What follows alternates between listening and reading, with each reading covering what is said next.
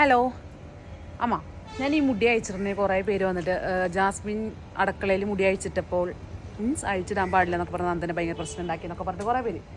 അതൊക്കെ പോട്ടെ, പക്ഷെ ഞാൻ പുറത്ത് മുമ്പേ മുടി അയച്ചിരുന്നു, അടുക്കളയിൽ ഞാൻ മുടി അയച്ചിരുന്നത് നിങ്ങൾ കാണുന്നില്ലല്ലോ. അപ്പോൾ ഈ കമൻറ്റ് ഇടുന്നവരെ പ്രത്യേകം ശ്രദ്ധിക്കും. കാര്യം അറിഞ്ഞ് സംസാരിക്കുക, കാര്യം അറിയാണ്ട് സംസാരിച്ചിട്ട് കാര്യമില്ലല്ലോ. മുടി അയച്ചിടാറില്ല കേട്ടാ, മുടി കെട്ടി വെച്ചിട്ടാണ് അടുക്കളയിൽ. അതെ, എന്നിട്ട് നമ്മൾ ഇപ്പോൾ മുടി അയച്ചിട്ട് ഞാൻ പുറത്ത് കൊണ്ടത് എൻ്റെ ഒരു എനിക്കിങ്ങനെ മുടി അയച്ച് പോകാനാണ് ഇഷ്ടം.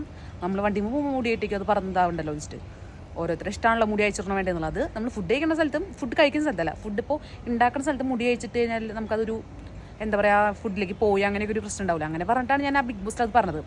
അതിനെടുത്ത് ഭയങ്കരമായിട്ട് പറയുന്ന ആൾക്കാരൊക്കെ ഉണ്ട്.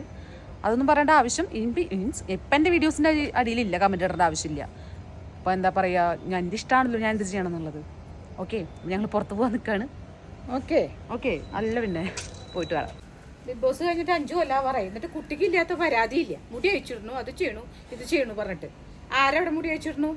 ഞങ്ങൾക്ക് മുടി അയച്ചിട്ടുള്ള ശീലമൊന്നും ഇല്ല. അടുക്കളയിൽ നിൽക്കുമ്പോൾ ആ കമന്റ് ഇടുന്നവർ നോക്കി കമന്റ് ഇട്ടോളൂ കേട്ടാ, എന്റെ കുട്ടീനെ കുറിച്ചിട്ടുള്ളത്. അപ്പൊ തന്നെ പറഞ്ഞേക്കണു കലിപ്പ്. അപ്പൊ തന്നെ പറഞ്ഞു കുട്ടിക്ക് അതിന് ഇതിന് 100 കുറ്റങ്ങൾ. 5 കൊല്ലം കഴിഞ്ഞു ബിഗ് ബോസ് കഴിഞ്ഞിട്ട്. 5 കൊല്ലല്ല 10 കൊല്ലം 20 കൊല്ലായി. എന്നിട്ട് എപ്പോഴും ബിഗ് ബോസ് മുഴുവൻ എടുത്തോണ്ടൊക്കെയല്ലേ കുറ്റം പറഞ്ഞു മുടി അയച്ചിട്ടെന്ന് പറയാൻ. പൈസ ഞാൻ കൊടുക്കണല്ലേ, നടക്കണ കാര്യമാണത്. ചോദിച്ചാൽ അമ്മ തരട്ടെ പൈസ, എപ്പോ നോക്കിയാലും പൈസ പൈസ പൈസ പൈസ. എന്താ മോളെ? ഓ പിന്നെ ഓ എന്റെ അമ്മ എന്താണ് മോളിപ്പോ അമ്മയുടെ പിന്നാലെ ആയിരുന്നില്ല സുലു. എങ്ങടെ പോണേ? എനിക്കറിയില്ല, രണ്ടും പയ്യ. പിന്നെ കുഴപ്പമില്ല. കുടി ജ്യൂസ് കുടി, ജ്യൂസ് മധുരം ഉണ്ടോ? പറഞ്ഞില്ലേ ഫ്രിഡ്ജിൽ വെക്കരുതെന്ന്. ഫ്രിഡ്ജിൽ വെക്കരുതെന്ന് ആരോടാ? എന്നോടാ? അവരോടാ? അപ്പൊ അത് ഹെൽമെറ്റ് തട്ടിട്ടോ ഒരാളിവിടെ.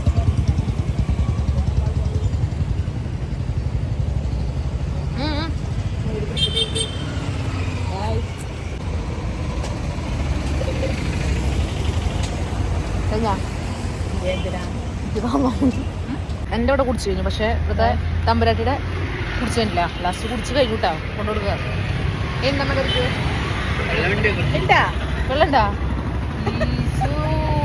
കാണിക്കാമ്മ?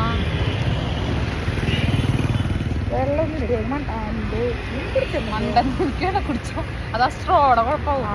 കുടിച്ചോ, വേറെ സ്ട്രോ വരെ കുടിക്കാറില്ല കേട്ടാ. എന്നിട്ട് ഇത് ഒരു കരിക്ക് കുടിക്കാറില്ല, ഒരു 10 സ്ട്രോ മാറ്റം ഒരു കരിക്ക് കുടിക്കണെങ്കിൽ കിട്ടുന്നില്ല. മറ്റേ സിനിമയിൽ പറഞ്ഞ കിട്ടുന്നില്ല. മേപ്പോട്ട് വലി കഴിഞ്ഞില്ലേ നോട്ടെ.